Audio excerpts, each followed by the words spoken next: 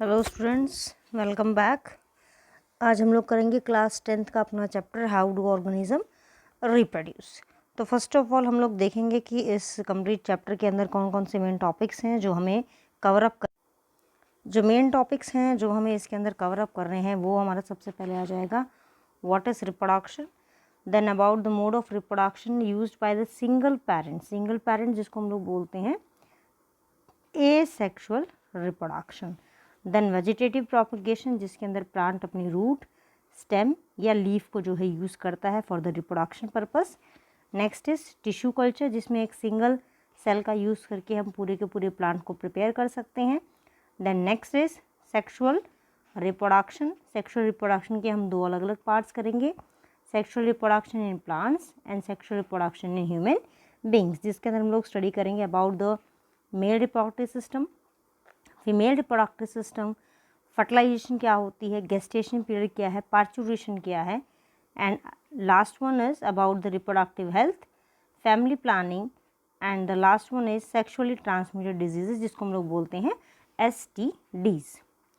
तो first of all what is reproduction क्या होता है? Basically it is the process by which an organism reproduce to produce इस young one, यानी कि वो प्रोसेस जिसके अंदर एक ऑर्गेनिज्म मल्टीप्लाई करेगा, किसके लिए? अपनी जनरेशन को आगे बढ़ाने के लिए, ठीक है। उसको हम लोग किसका नाम देते हैं? रिप्रोडक्शन का। Reproduction is not essential for an organism to stay alive. Reproduction एक ऑर्गेनिज्म के लिए इसलिए ज़रूरी नहीं है कि भाई वो चाहता है कि वो जिंदा रहे, जैसे न्यूट्रिशन है, रेस्पिरेशन, एक्सक्रीशन है, ये प्रोसेस एक ऑर्गेनिज्म को ज़िंदा रखने के लिए ज़रूरी होती हैं। बट रिप्रोडक्शन किस लिए इम्पॉर्टेंट होता है? उसकी जो कंटिन्यूएशन है, उसका अस्तित्व बनाए रखने के लिए कि भी उसकी जो पीढ़ी दर पीढ़ी जो उसकी जो पीढ़ी है वो बढ़ सके। Next is what are the need of reproduction. Reproduction की नीड क्या है? ये रिप्रोडक्शन की नीड हम लोग यहाँ पे स्टडी कर रहे हैं फॉर ऑल ऑर्गेनिज्म, ठीक है। हम लोग किसके लिए स्टडी कर रहे हैं? जितने भी ऑर्गेनिजम्स हैं उनके लिए क्या नीड होती है रिप्रोडक्शन की। सबसे मेन जो आता है वो हमारा होता है कंटिन्यूएशन ऑफ लाइफ को कंटिन्यू करने के लिए। जैसे आप सभी को पता है कि भाई जो ऑर्गेनिजम्स हैं, जो लिविंग ऑर्गेनिजम्स हैं, वो इमोर्टल हैं, यानी कि वो अमर नहीं है, मर सकते हैं, ठीक है। जैसे कि कोई भी ऑर्गेनिज्म है, उसकी जब डेथ हो जाएगी तो उसकी जो बैक प्रोजेनी है, उसकी पीढ़ी जो है, हम उसको कैसे देखेंगे? तो उसके लिए ज़रूरी है। But they are able to maintain their existence for millions of year. लेकिन उसके बाद भी हम लोग देखते हैं कि कभी लाखों साल पहले जो हैं ह्यूमन बीइंग अर्थ के ऊपर आए थे या दूसरे ऑर्गेनिज्म अर्थ के ऊपर आए थे, लेकिन आज भी वो सर्वाइव कर रहे हैं। तो उसका रीज़न क्या है? Reproduction. Next one is preservation of species preservation का मतलब क्या है कि स्पीशी को प्रिजर्व करके रखने के लिए हमारे ओल्डन टाइम्स की जो स्पीशीज़ थी, फॉर एग्ज़ाम्पल अगर आप लोगों को ध्यान है कि हम लोग बोलते थे कि भाई डायनासोर्स हुआ करते थे, ठीक है। But nowadays we can't say, क्योंकि किसी ने भी उनको देखा हुआ नहीं है। But still there is a myth कि भाई हाँ वो कभी अर्थ के ऊपर हुआ करती थी, ठीक है। ठीक ऐसे ही हम लोग बोलते हैं कि हमारे अर्थ के ऊपर जो है बहुत सारे ऐसी वैरायटीज़ हैं, ऐसी स्पीशीज़ हैं, जैसे कि डोडो जो एनिमल है, ठीक है, पाड़ा एनिमल है हमारा, पांडा हम लोग बोलते हैं, ये एनिमल्स हैं, ये सर्वाइव करते थे अर्थ के ऊपर, ठीक है। But now these were not there. इसका मतलब क्या हुआ कि इनमें से कुछ जो स्पीशीज़ थी due to reproduction and due to some generic changes, कुछ सर्वाइव करगी, कुछ क्या होगी? ख़त्म होगी। अब जो सर्वाइव करती हैं, अब उनके लिए ज़रूरी है कि वो क्या करें? अपनी लाइफ को सर्वाइव करने के लिए उनको रिप्रोडक्शन करना क्या होगा? ज़रूरी है। रिप्रोडक्शन करेंगे तो क्या हो जाएगा? उनकी पॉपुलेशन क्या होगी? इंक्रीज़ हो जाएगी। पॉपुलेशन इंक्रीज़ होगी तो उनकी जो स्पीशी की एग्जिस्टेंस है वो क्या हो जाएगी? इंक्रीज़ हो जाएगी। नेक्स्ट है रिप्लेसमेंट ऑफ डेड इंडिविजुअल। जो इंडिविजुअल ख़त्म हो चुका है, मर चुका है, उसकी कंपनसेट करने के लिए न्यू जो पॉपुलेशन है उसका होना बहुत ही ज़्यादा ज़रूरी है। रोल ऑफ इवोल्यूशन का मतलब क्या हुआ कि एक ऑर्गेनिज्म से दूसरा कैसे बना, ठीक है। जैसे हम लोगों ने स्टडी किया है कि सबसे पहले जो प्लांट हैं उनके अंदर हमारा आता है थैलोफाइटा। सबसे पहले प्लांट आए हमारे, थैलोफाइटा के बाद हमारे कौन से आए? ब्रायोफाइटा आए। तो ये क्या हुआ? थैलोफाइटा से ब्रायोफाइटा किससे बने? कि इवोल्यूशन से बने, ठीक है। तो ये इवोल्यूशन की जो वेरिएशन है, जो चेंजेस आए हैं, ये सब किसके वजह से होती है? Due to reproduction. उसके बाद नेक्स्ट हम लोग देखते हैं reproduction is actually the mean of heredity transfer.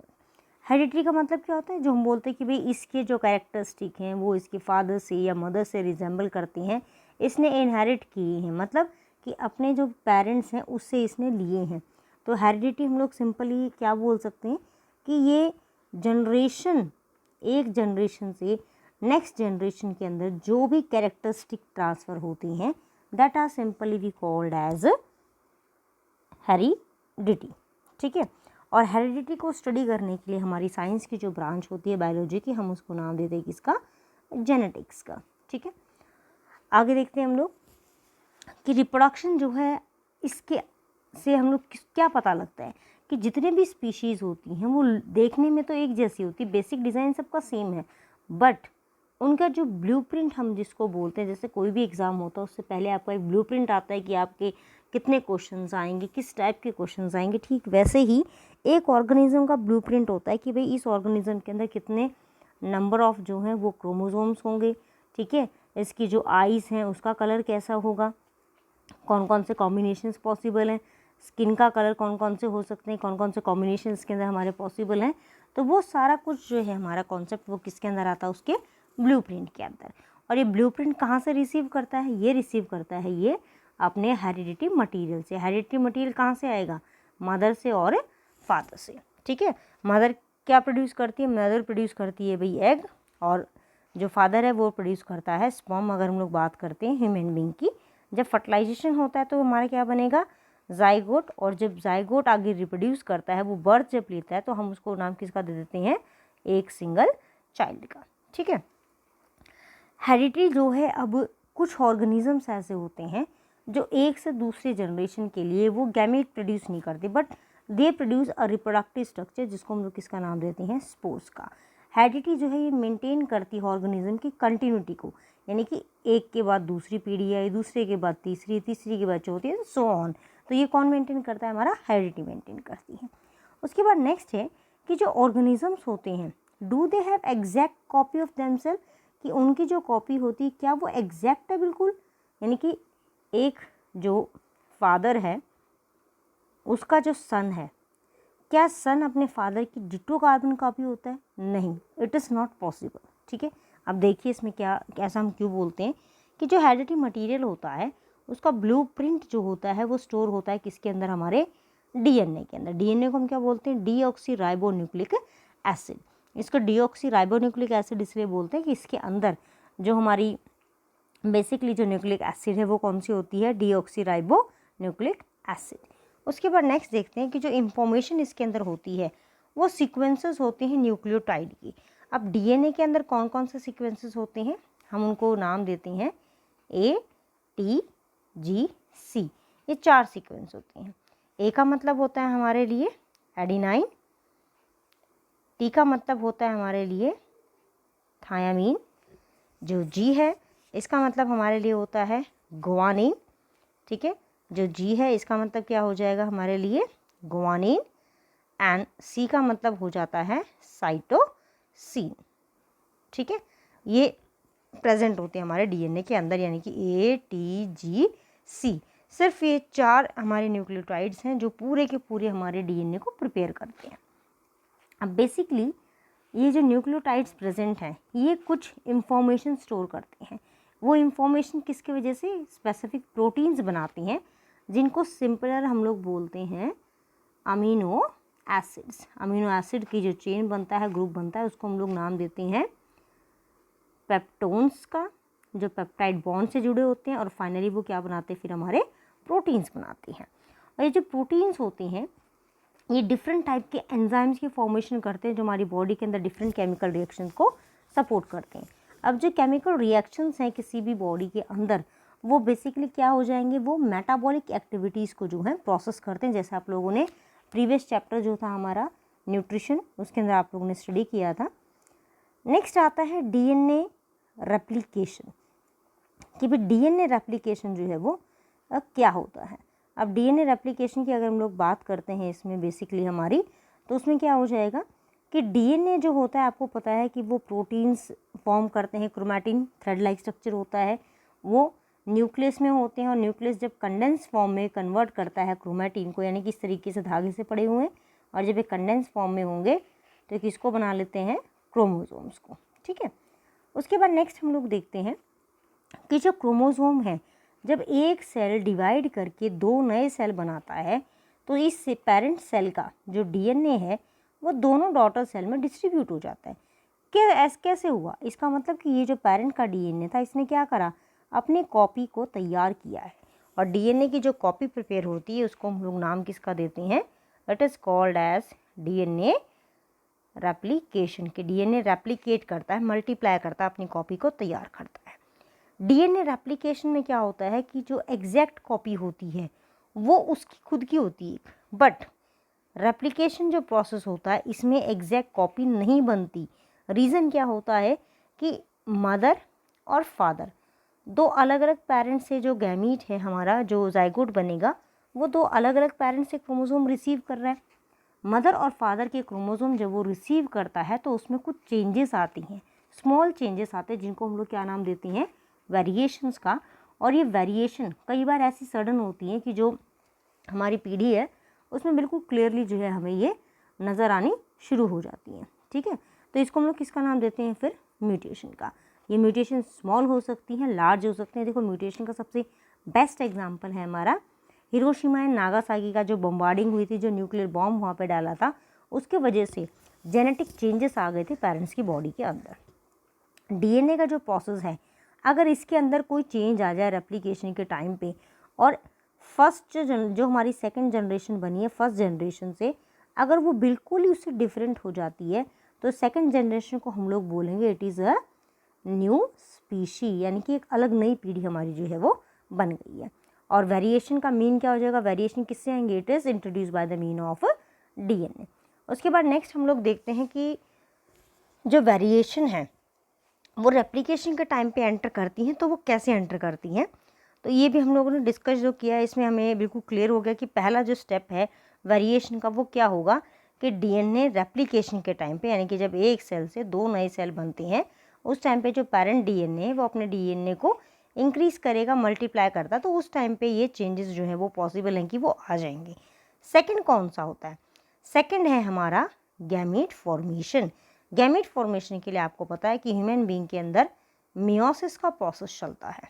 ठीक है, तो मियोसिस का प्रोसेस चलता है तो उसमें क्या होता है कि जो क्रोमोसोम है वो क्रॉसिंग ओवर करते हैं। क्रॉसिंग ओवर का मतलब देखिए, जैसे ये एक क्रोमोसोम है, उसके बाद ये एक दूसरा क्रोमोसोम है, ये क्रोमोसोम क्या कर रहा है, इस पर्टिकुलर पॉइंट के ऊपर इसको कट करता है। ये 2 पॉइंट्स पे कट हो गया। ठीक है, कहाँ पे हो गया, एक हमारा यहाँ पे कट हो रहा है और एक हमारा यहाँ पे। इन 2 पॉइंट्स पे जो कट हुआ है तो इसको हम लोग किसका नाम देते हैं, क्रॉसिंग ओवर का, जिसमें क्या होता है कि मदर के और फादर के जो जीन्स हैं आपस में वो इंटरचेंज करते हैं, उसको हम लोग बोलते हैं क्रॉसिंग ओवर। तो रीशफलिंग होएगी फिर क्रोमोसोम्स की, इसमें भी चेंजेस आ सकते हैं।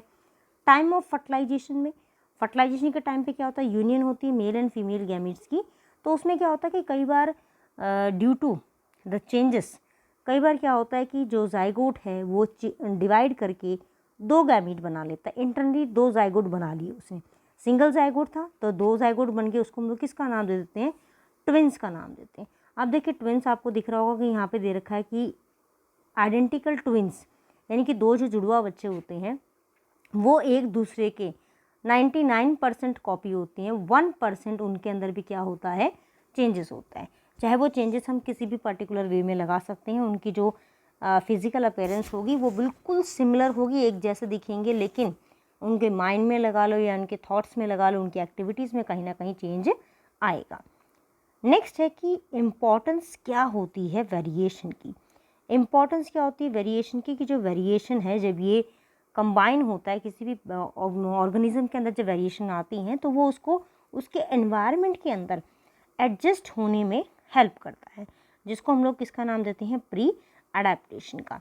यानी कि एक न्यूबॉर्न बेबी है, या मान लेते हैं कि एक स्टूडेंट है, सबसे पहले वो प्री स्कूल में जब जाता है, ठीक है, प्री स्कूल में जाएगा तो वो अपने वहाँ पे देखेगा कि कैसे स्टूडेंट बैठे हुए हैं, वो स्टार्टिंग में वहाँ पे सीखेगा कि फ्रेंड्स कैसे एक दूसरे के साथ बनाने हैं हमें।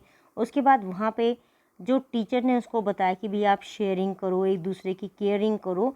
तो ये जो चीज़ें हैं, जो कॉन्सेप्ट है, कहाँ से सीखा उसने? उस वेरिएशन में जो उसका एनवायरनमेंट था उसके अंदर उसने ये चीज़ें सीखी हैं। अब देखिए इसमें हम लोग एग्जांपल लेते हैं कि एक पॉपुलेशन है हमारे पास बैक्टीरिया की, ठीक है, वो एक पर्टिकुलर टेम्परेचर पे सर्वाइव करती है। सपोज हमने मान लिया कि 35 डिग्री सेल्सियस का टेम्परेचर जिस पे कि वो सर्वाइव करती है। कुछ मेंबर्स ऐसे हैं जिनके अंदर कोई चेंजेस आ गए और वो और भी ज़्यादा higher temperature, suppose 100 degree Celsius को भी टॉलरेट कर सकते हैं। अब जैसे ही एटमॉस्फेयर के अंदर चेंजेस आए ड्यू टू ग्लोबल वार्मिंग या जो भी चेंजेस आए, तो टेम्परेचर क्या हो गया एटमॉस्फेयर का, वो इंक्रीज़ हो गया। तो जो ऑर्गेनिज्म 35 डिग्री पे सर्वाइव करते थे, हाई टेम्परेचर होने की वजह से उनकी क्या हो जाएगी, डेथ हो जाएगी। और जो ऑर्गेनिज्म, जो बैक्टीरिया हमारे 100 डिग्री सेल्सियस तक के टेम्परेचर को टॉलरेट करने की कैपेसिटी रखते थे, वो सारे के सारे क्या करेंगे, सर्वाइव कर जाएंगे। उसके बाद नेक्स्ट एग्जांपल है हमारा, जैसे आप सबको पता है कि स्ट्रेप्टोमाइसिन जो होती है ये हमारी एक एंटीबायोटिक है, ठीक है, जो बैक्टीरियाज को किल करने के लिए यूज़ करते हैं। अब मान लो जो बैक्टीरियाज जिसके ऊपर हम लोग इसको यूज़ कर रहे थे या जिनके ऊपर यूज़ हो रही है एंटीबायोटिक, उनमें से कुछ बैक्टीरिया ने क्या किया कि इसके अगेंस्ट अपने अंदर एक कैपेसिटी डेवलप कर ली, जिसकी वजह से एंटीबायोटिक जो है हमारी स्ट्रेप्टोमाइसिन, उसका इफ़ेक्ट उनके ऊपर क्या हो जाएगा, टोटली ज़ीरो, यानी कि उनकी डेथ नहीं होगी, वो सर्वाइव कर रहे हैं। इसका मतलब क्या हुआ कि वो ऑर्गेनिज्म स्ट्रेप्टोमाइसिन की रेजिस्टिविटी डेवलप कर गई। तो ये इंपॉर्टेंस होता है किसका, हमारे लिए, वेरिएशन का। और जब वेरिएशन आती हैं तो उसके वजह से क्या हो जाएगा, इवोल्यूशन होगा। इवोल्यूशन होगा तो न्यू स्पीशीज़ की फॉर्मेशन जो है वो कंफर्म होती है। नेक्स्ट है कि कौन से मोड होते हैं रिप्रोडक्शन के जो एक सिंगल पेरेंट एक्वायर करता है। उससे पहले हमें पता होना चाहिए कि टाइप्स ऑफ रिप्रोडक्शन क्या क्या होते हैं। हमारे दो ही टाइप के रिप्रोडक्शन होते हैं, एसेक्सुअल एंड सेक्सुअल। एसेक्सुअल के अंदर सिंगल जो पेरेंट होता है वो इन्वॉल्व होता है। सेक्सुअल के अंदर male and female both parents were involve, ठीक है। एसेक्सुअल रिप्रोडक्शन जो होता है इसके अंदर क्या होगा कि रिप्रोडक्शन होगी विदाउट द फॉर्मेशन और फ्यूजन ऑफ गैमीट। ये जो मेल और फीमेल के गैमीट्स हैं ये नहीं बनेंगे, लेकिन ऑर्गेनिज्म रिप्रोड्यूस करेगा। इसका रीज़न क्या होगा, because it does not involve the special cell, जिनको हम लोग बोलते हैं गैमीट या सेक्स सेल बोलते हैं, उनका इनके अंदर कोई भी इन्वॉल्वमेंट नहीं होता। अब हम लोग स्टडी करते हैं कुछ कैरेक्टरिस्टिक्स हमारे एसेक्सुअल रिप्रोडक्शन की। Asexual reproduction as you know कि सिंगल है, तो इसका मतलब ये क्या कहलाता है, हमारा यूनी पैरेंटल, सिंगल पेरेंट का है। इसके अंदर फ्यूजन ऑफ गैमेट्स नहीं होती। इसके अंदर सेल डिवीज़न माइटोटिक या एमाइटोटिक। माइटोटिक का मतलब क्या होगा कि एक सिंगल पेरेंट दो डॉटर न्यूक्लियाई में डिवाइड हो जाएगा।